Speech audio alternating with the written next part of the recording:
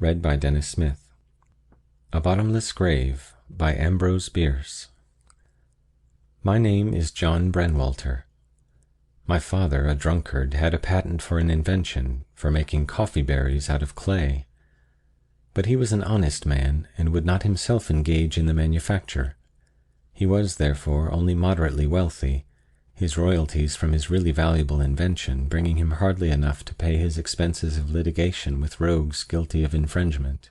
So I lacked many advantages enjoyed by the children of unscrupulous and dishonorable parents, and had it not been for a noble and devoted mother, who neglected all my brothers and sisters and personally supervised my education, should have grown up in ignorance and been compelled to teach school.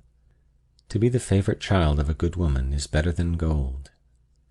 When I was 19 years of age, my father had the misfortune to die. He had always had perfect health, and his death, which occurred at the dinner table without a moment's warning, surprised no one more than himself. He had that very morning been notified that a patent had been granted him for a device to burst open safes by hydraulic pressure, without noise. The Commissioner of Patents had pronounced it the most ingenious, effective, and generally meritorious invention that had ever been submitted to him, and my father had naturally looked forward to an old age of prosperity and honor. His sudden death was, therefore, a deep disappointment to him, but my mother, whose piety and resignation to the will of heaven were conspicuous virtues of her character, was apparently less affected. At the close of the meal, when my poor father's body had been removed from the floor, she called us all into an adjoining room and addressed us as follows: "My children, the uncommon occurrence that you have just witnessed is one of the most disagreeable incidents in a good man's life, and one in which I take little pleasure, I assure you. I beg you to believe that I had no hand in bringing it about. Of course," she added, after a pause, during which her eyes were cast down in deep thought, "of course it is better that he is dead." She uttered this with so evident a sense of its obviousness as a self-evident truth that none of us had the courage to brave her surprise by asking an explanation. My mother's air of surprise when any of us went wrong in any way was very terrible to us. One day, when in a fit of peevish temper I had taken the liberty to cut off the baby's ear, her simple words, "John, you surprise me," appeared to me so sharp a reproof that after a sleepless night I went to her in tears, and throwing myself at her feet, exclaimed, "Mother, forgive me for surprising you." So now we all, including the one-eared baby, felt that it would keep matters smoother to accept without question the statement that it was better, somehow, for our dear father to be dead. My mother continued, "I must tell you, my children, that in a case of sudden and mysterious death the law requires the coroner to come and cut the body into pieces and submit them to a number of men who, having inspected them, pronounce the person dead. For this the coroner gets a large sum of money. I wish to avoid that painful formality in this instance. It is one which never had the approval of the remains. John." "John," here my mother turned her angel face to me, "you are an educated lad, and very discreet. You have now an opportunity to show your gratitude for all the sacrifices that your education has entailed upon the rest of us. John, go and remove the coroner." Inexpressibly delighted by this proof of my mother's confidence, and by the chance to distinguish myself by an act that squared with my natural disposition, I knelt before her, carried her hand to my lips, and bathed it with tears of sensibility. Before 5 o'clock that afternoon, I had removed the coroner. I was immediately arrested and thrown into jail, where I passed a most uncomfortable night, being unable to sleep because of the profanity of my fellow prisoners, 2 clergymen, whose theological training had given them a fertility of impious ideas, and a command of blasphemous language altogether unparalleled.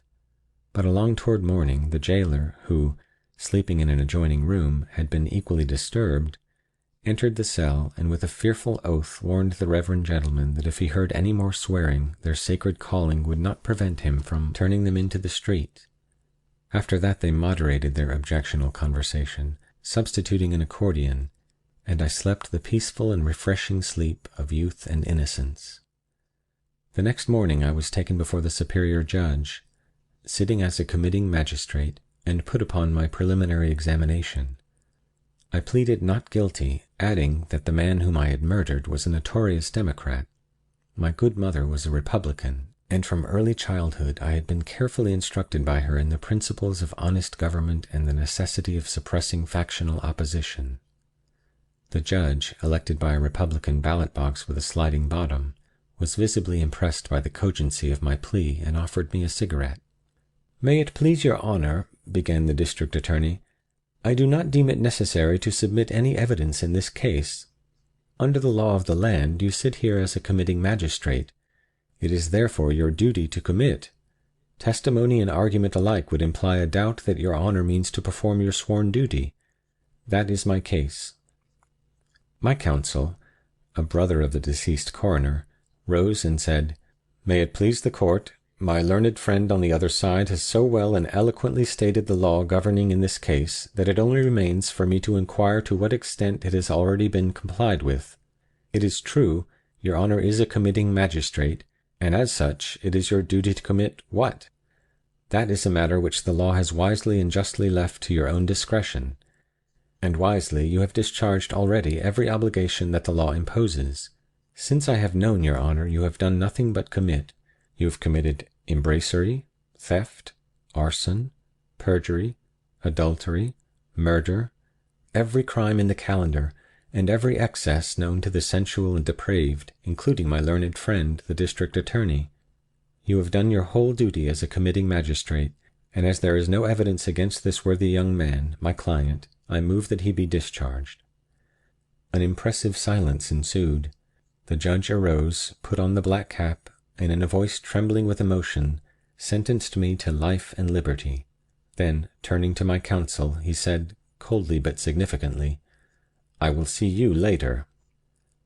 The next morning the lawyer who had so conscientiously defended me against a charge of murdering his own brother, with whom he had a quarrel about some land, had disappeared, and his fate is to this day unknown. In the meantime, my poor father's body had been secretly buried at midnight in the backyard of his late residence, with his late boots on and the contents of his late stomach unanalyzed. "He was opposed to display," said my dear mother, as she finished tamping down the earth above him, and assisted the children to litter the place with straw. "His instincts were all domestic, and he loved a quiet life." My mother's application for letters of administration stated that she had good reason to believe that the deceased was dead, for he had not come home to his meals for several days, but the judge of the Crowbait Court, as she ever afterward contemptuously called it, decided that the proof of death was insufficient, and put the estate into the hands of the public administrator, who was his son-in-law. It was found that the liabilities were exactly balanced by the assets. There was left only the patent for the device for bursting open safes without noise by hydraulic pressure, and this had passed into the ownership of the probate judge and the public administrator, as my dear mother preferred to spell it. Thus, within a few brief months, a worthy and respectable family was reduced from prosperity to crime. Necessity compelled us to go to work. In the selection of occupations we were governed by a variety of considerations, such as personal fitness, inclination, and so forth. My mother opened a select private school for instruction in the art of changing the spots upon leopard skin rugs.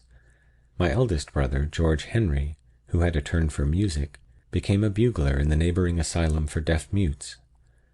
My sister, Mary Maria, took orders for Professor Pumpernickel's essence of latchkeys for flavoring mineral springs, and I set up as an adjuster and gilder of crossbeams for gibbets.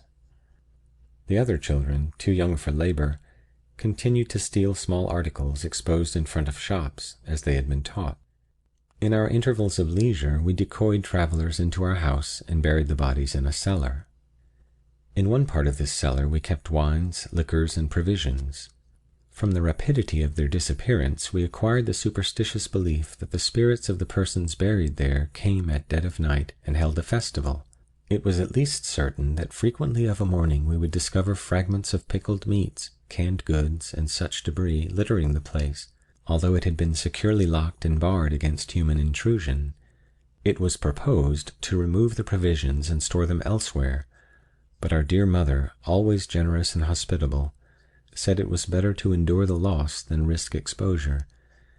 If the ghosts were denied this trifling gratification, they might set on foot an investigation which would overthrow our scheme of the division of labor, by diverting the energies of the whole family into the single industry pursued by me. We might all decorate the crossbeams of gibbets. We accepted her decision with filial submission, due to our reverence of her worldly wisdom and the purity of her character. One night, while we were all in the cellar, none dared to enter it alone, engaged in bestowing upon the mayor of an adjoining town the solemn offices of Christian burial, my mother and the younger children holding a candle each, while George Henry and I labored with a spade and pick, my sister Mary Maria uttered a shriek and covered her eyes with her hands. We were all dreadfully startled, and the mayor's obsequies were instantly suspended, while with pale faces and in trembling tones we begged her to say what had alarmed her.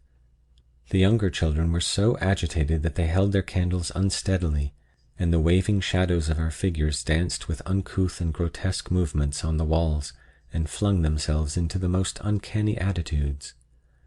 The face of the dead man, now gleaming ghastly in the light, and now extinguished by some floating shadow, appeared at each emergence to have taken on a new and more forbidding expression, a maligner menace. Frightened even more than ourselves by the girl's scream, rats raced in multitudes about the place, squeaking shrilly, or starred the black opacity of some distant corner with steadfast eyes, mere points of green light, matching the faint phosphorescence of decay that filled the half-dug grave, and seemed the visible manifestation of that faint odor of mortality which tainted the unwholesome air. The children now sobbed and clung about the limbs of their elders, dropping their candles, and we were near being left in total darkness, except for that sinister light, which slowly welled upward from the disturbed earth, and overflowed the edges of the grave like a fountain. Meanwhile my sister, crouching in the earth that had been thrown out of the excavation, had removed her hands from her face, and was staring with expanded eyes into an obscure space between two wine casks. "There it is! There it is!" she shrieked, pointing. "God in heaven, can't you see it?" And there indeed it was, a human figure dimly discernible in the gloom, a figure that wavered from side to side as if about to fall, clutching at the wine casks for support, had stepped unsteadily forward, and for one moment stood revealed in the light of our remaining candles. Then it surged heavily and fell prone upon the earth. In that moment we had all recognized the figure, the face and bearing of our father, dead these 10 months and buried by our own hands. Our father indubitably risen and ghastly drunk. On the incidents of our precipitate flight from that horrible place, on the extinction of all human sentiment in that tumultuous mad scramble up the damp and mouldy stairs, slipping, falling, pulling one another down and clambering over one another's back, the lights extinguished, babes trampled beneath the feet of their strong brothers and hurled backward to death by a mother's arm. On all this I do not dare to dwell. My mother, my eldest brother and sister and I escaped. The others remained below, to perish of their wounds, or of their terror, some perhaps by flame. For within an hour we four, hastily gathering together what money and jewels we had and what clothing we could carry, fired the dwelling and fled by its light into the hills. We did not even pause to collect the insurance, and my dear mother said on her deathbed, years afterward in a distant land, that this was the only sin of omission that lay upon her conscience. Her confessor, a holy man, assured her that under the circumstances heaven would pardon the neglect. About 10 years after our removal from the scenes of my childhood, I, then a prosperous forger, returned in disguise to the spot with a view to obtaining, if possible, some treasure belonging to us, which had been buried in the cellar. I may say that I was unsuccessful. The discovery of many human bones in the ruins had set the authorities digging for more. They had found the treasure and had kept it for their honesty. The house had not been rebuilt. The whole suburb was, in fact, a desolation. So many unearthly sights and sounds had been reported thereabout that nobody would live there. As there was none to question nor molest, I resolved to gratify my filial piety by gazing once more upon the face of my beloved father, if indeed our eyes had deceived us and he was still in his grave. I remembered, too, that he had always worn an enormous diamond ring, and never having seen it nor heard of it since his death, I had reason to think he might have been buried in it. Procuring a spade, I soon located the grave in what had been the backyard, and began digging. When I had got down about 4 feet, the whole bottom fell out of the grave, and I was precipitated into a large drain, falling through a long hole in its crumbling arch. There was no body, nor any vestige of one. Unable to get out of the excavation, I crept through the drain, and having with some difficulty removed a mass of charred rubbish and blackened masonry that choked it, emerged into what had been that fateful cellar. All was clear. My father, whatever had caused him to be taken bad at his meal, and I think my sainted mother could have thrown some light upon that matter, had indubitably been buried alive, the grave having been accidentally dug above the forgotten drain, and down almost to the crown of its arch, and no coffin having been used. His struggles on reviving had broken the rotten masonry, and he had fallen through, escaping finally into the cellar. Feeling that he was not welcome in his own house, yet having no other, he had lived in subterranean seclusion, a witness to our thrift and a pensioner on our providence. It was he who had eaten our food. It was he who had drunk our wine.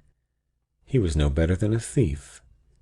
In a moment of intoxication, and feeling, no doubt, that need of companionship which is one sympathetic link between a drunken man and his race, he had left his place of concealment at a strangely inopportune time, entailing the most deplorable consequences upon those nearest and dearest to him, a blunder that had almost the dignity of crime. End of A Bottomless Grave by Ambrose Bierce. Read by Dennis Smith.